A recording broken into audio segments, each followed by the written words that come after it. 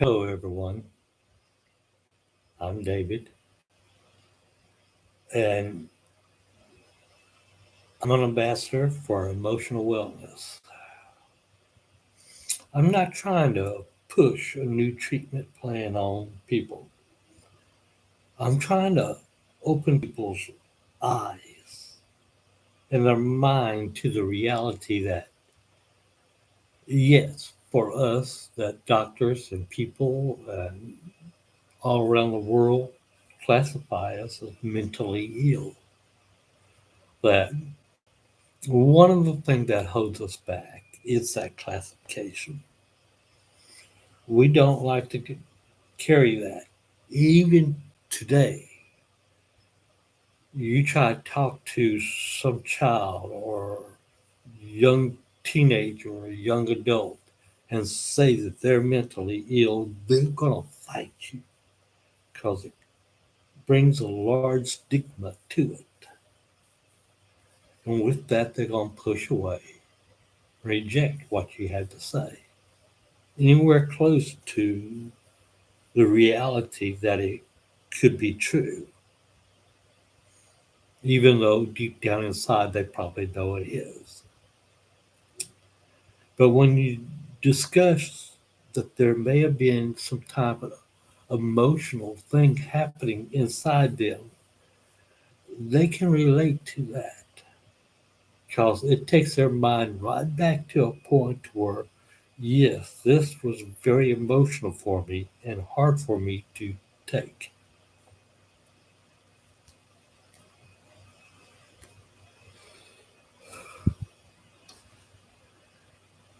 Yesterday, I gave you a little bit of insight about what it's like to go into a mental hospital, onto a psych ward. And today, I want to talk to you more in detail about my childhood, and particularly about seeing things and hearing things.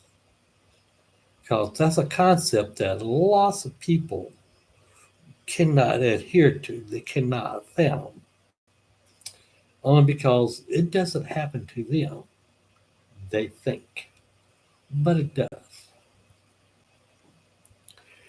One of the favorite games of returning relatives to each other, doesn't matter if it's days, weeks, or months that they've been apart, once they get back together, after the greetings that they give to each other, the favorite game of all of them is the do you remember when?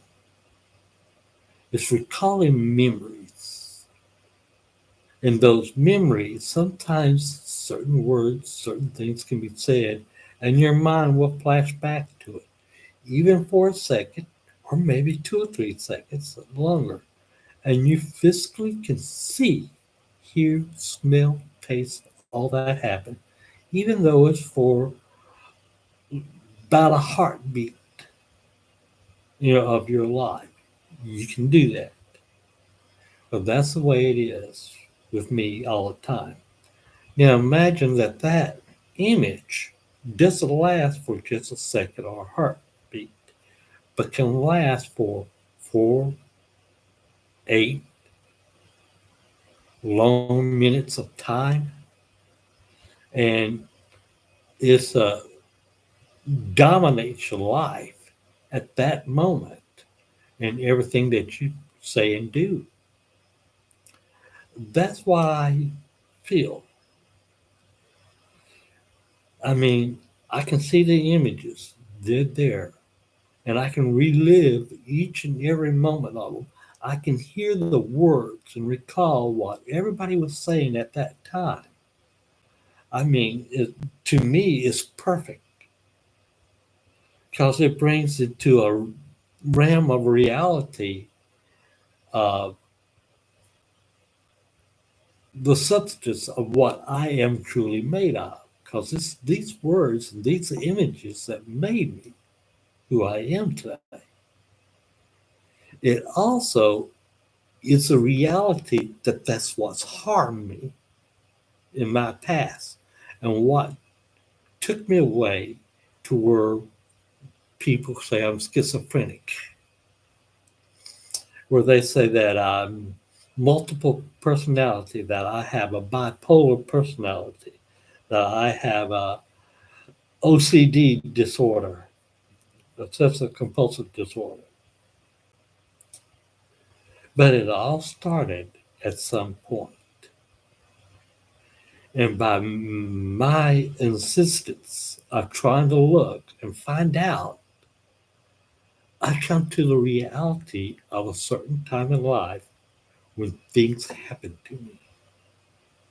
And it all happened as a child, moving to a little point of my life, a place in my childhood where there was little to no interaction with any adults. My childhood basically was me working within myself to figure things out. I was undersized. I spoke with a lisp, bad lisp. I developed my own personality from things that I saw. Each time that I saw something that was dramatic, I kind of blanked out. My mind didn't start up again. From the time that I was a child getting on the bus, and I know it's a Greyhound because of research of type of buses at the time. It was a Greyhound bus, and getting on there, and I could not see how the bus was moving. It frightened me. My mother told me that during that first bus ride, I did not urinate for almost 16 hours straight. Even when the bus stopped for a rest, she checked my diaper and I had not urinated. Not until we got to a place where I couldn't hold it any longer did I urinate. And then it was nonstop for a few minutes because my bladder had filled up. She said that was the most I've ever seen a baby urinate, but I did. I can remember that moment when that happened. And the moment was when we got on the bus and I could not see the driver. It frightened me, so I removed myself from that. My memory didn't pick up again until we were in a place, and I found out later it was a placement house, someplace in Nebraska. And I was left alone with a caretaker or nursery while my mother went off to do something. It's either to look for a job or look for help with something. But it scared me to the point that it's a flash in my memory that I see. And in that memory, I recall crayons for the first time and this heater where I could stay warm and comforted. It was close to the window where I saw my mother leave, so I could stay there to see her come back. But I picked up the crayons and I was playing with them, and I found out that when I marked on the radiator, they melted. And I was intrigued with this, and I took several of the crayons one by one and put it to the radiator to watch them melt and drip. The woman that saw it got very mad, and something happened to where I went blank again. But I just remember that. I guess she did something or something that happened was very traumatic, and I went blank again. There are other times in my life when I'm very lucid in my memory and things happen. And this I estimate between the ages of 1 year old because my parents and I, when I try to discuss this with my mother or my oldest sister, they said, "You can't. You're barely 1 year old." But yet I remember them because when they repeat the same scenario to me, I see it. And they say, "Oh, David, it's because we told you." No, it's because I really remember it, not because they tell me. They like to think that because it makes it easier for them to accept than to say that a 1 year old could remember this. But that's part of my eidetic memory. It's attached to the words. So when you say the words, the images come back to me. And in those images, even though it may be a split second, I can recall each and every word that was being said.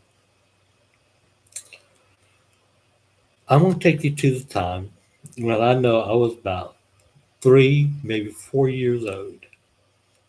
And I was no longer sleeping in a baby bed, but I was sleeping in the bed with my brother. At the time, I didn't realize it. At the time, my mind kind of escaped. But that's when my brother started messing with me. I guess first time was he was just touching me and he was feeling me and putting his fingers where it shouldn't have went, but he did. Later on, I found out it was more than just the fingers because I can see my body looking down and realizing my brother was up in my backside, and that's where the pain was coming from, and that's the reason why I was detached. I see it.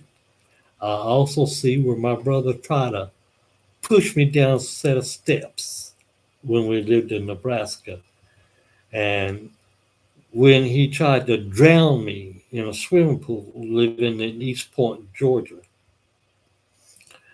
I see these things, and I know that my brother hated me.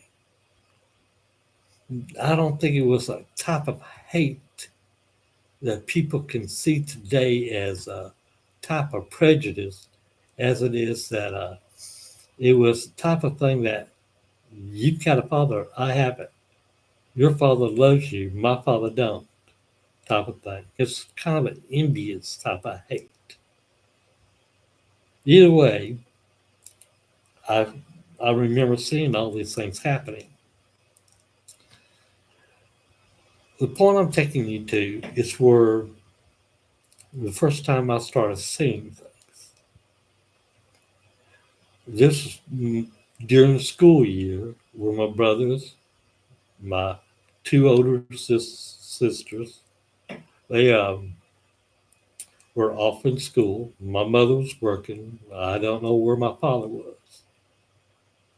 Or my mother was at home and she would tell me, just go outside, David, or push me aside to where I wasn't around.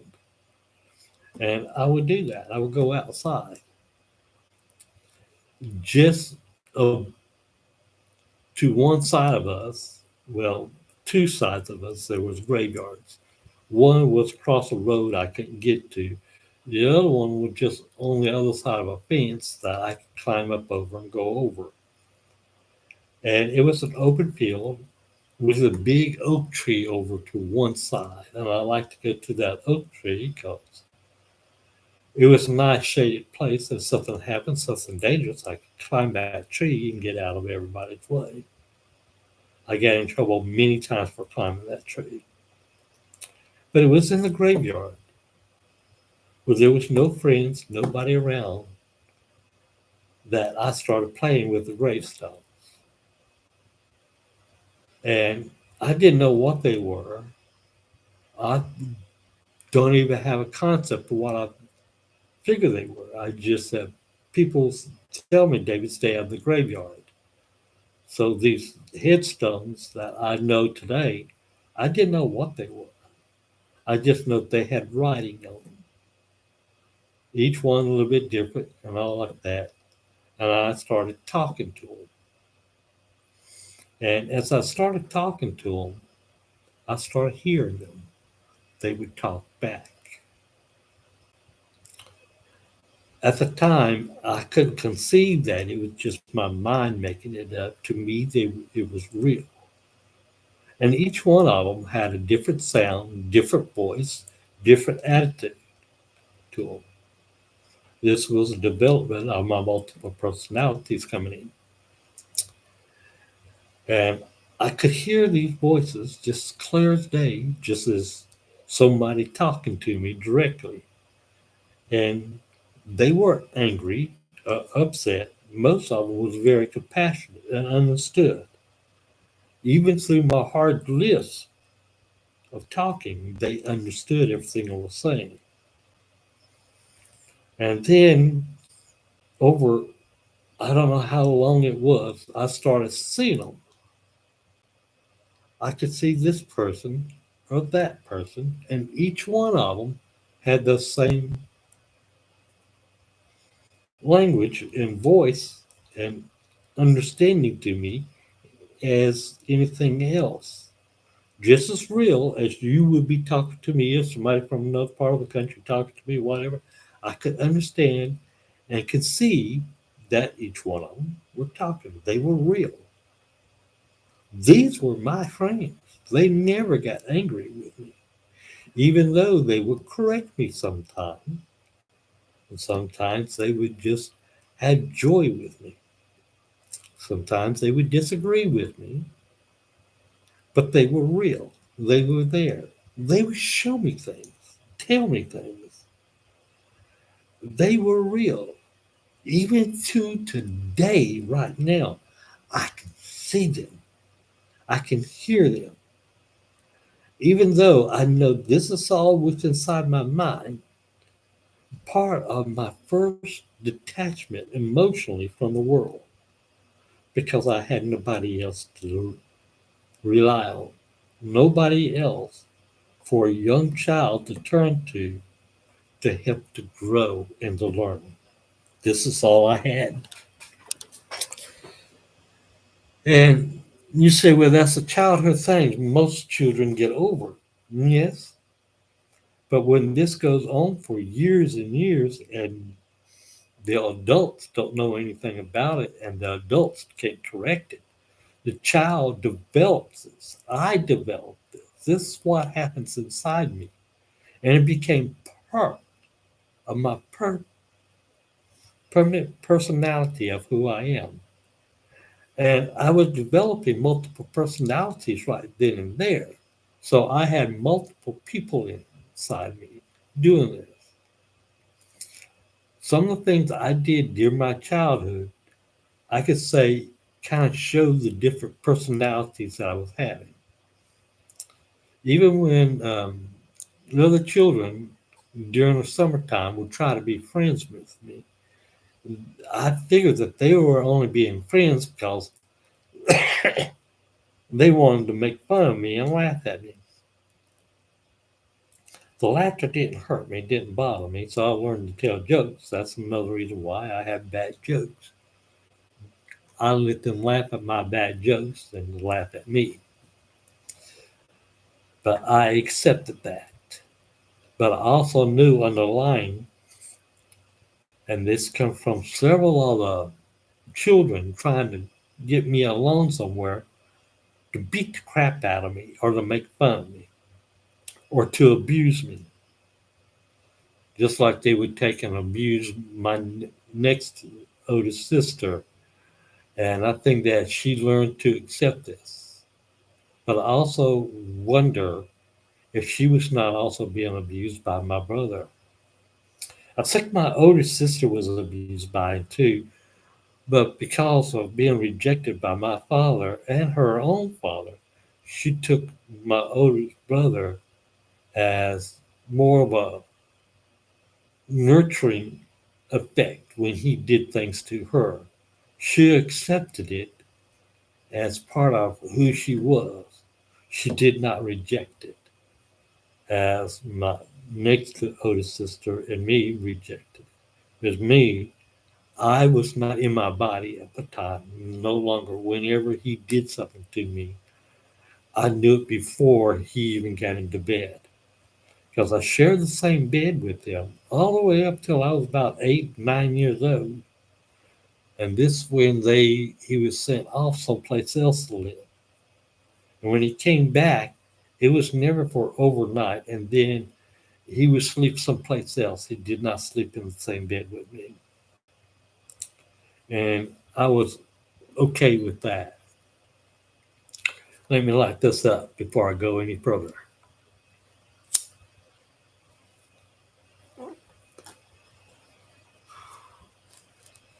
But these images that I developed as a child, as a people talking to me, and I'm hearing them.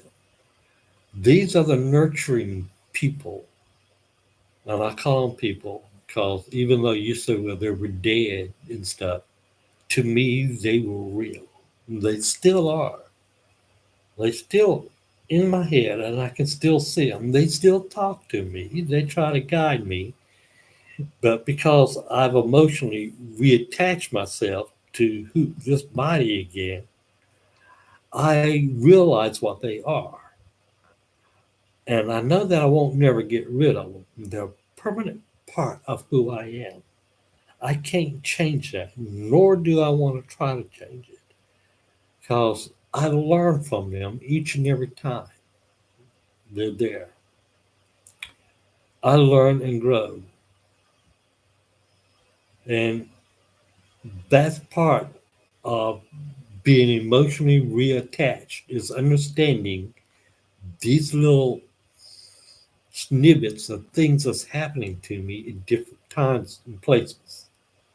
Reason why I hear voices, reason why I see things, reason why things happen, and I sometimes realize it's from these other that is in my head that I see. This is my world that I live in. I'm attached to it. You know the old phrase saying that the world doesn't revolve around you? Actuality is it does revolve around you. Just because you don't see it doesn't mean it's not so. Within my world, everything revolves around me because that's all I can see. I said that there are three truths in the world. There is your truth, the things that you see in your world that you take. That's the way you live. The second truth is my world, what I see and what I live.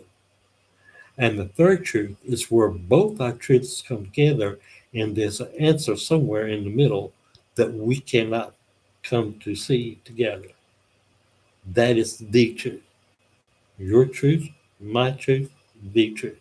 That's the only truths there are in the world. Doesn't matter about how many facts are put out there. These are our three truths, period. So for you, you might not comprehend what I'm saying. But then there's others out there that do see things and hear things. They can comprehend what I'm saying. I'm reaching in and getting close to the truth with them. And they can accept it or reject it. Some's going to accept it and they can relate to what I'm saying then. And that's what matters, people.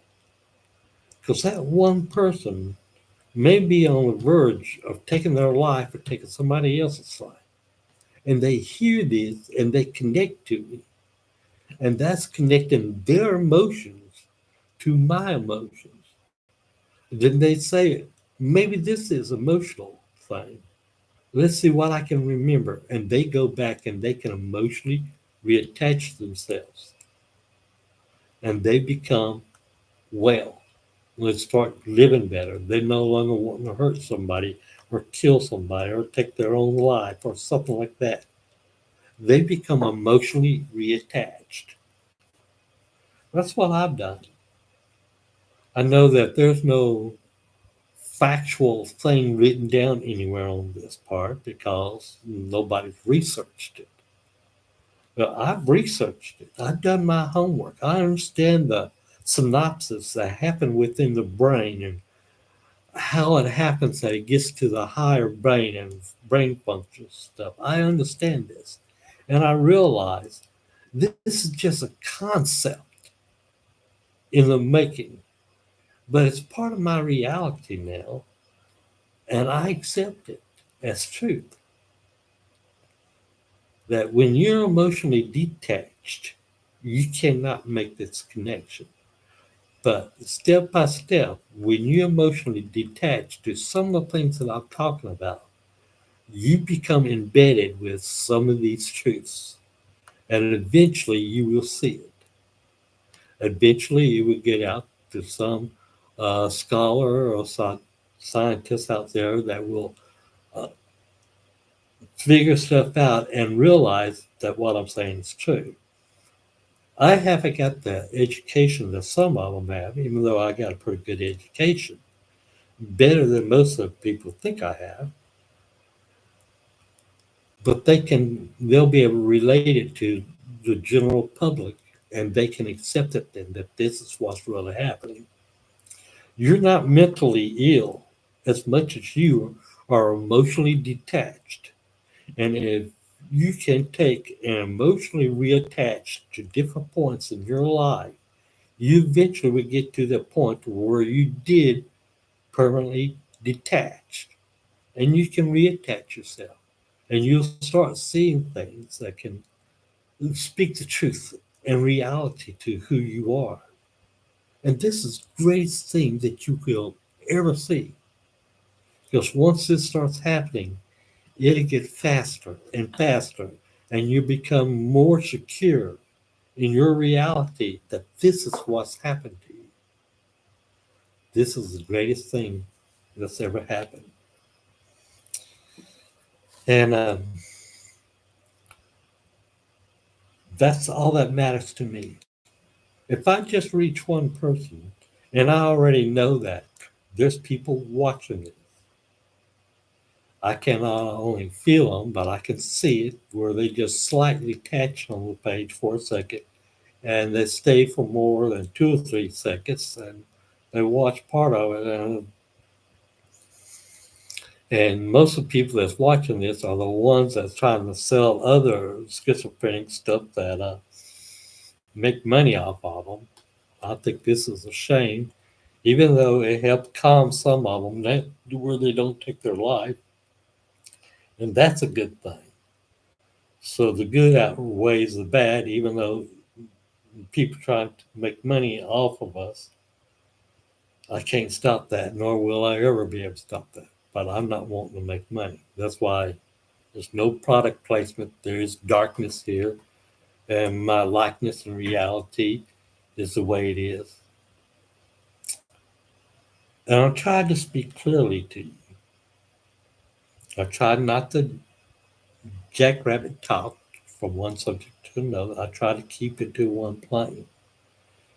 But I wanted to go in depth a little bit more about how I first heard and saw things in my head and how they are permanently part of who I am. I wanted to give you a chance to relate a little bit by understanding when you're playing those do you remember games with your family and friends that it's the same thing. There is no difference. Your memories you relive in those games is the same memories I relive each and every day of my life for the rest of my life. Oh, by the way, do you remember? This is David saying, thank you for watching. I am an ambassador for wellness, emotional wellness slash schizophrenia. And I hope that you have a pleasant day. Thank you for watching. Bye bye.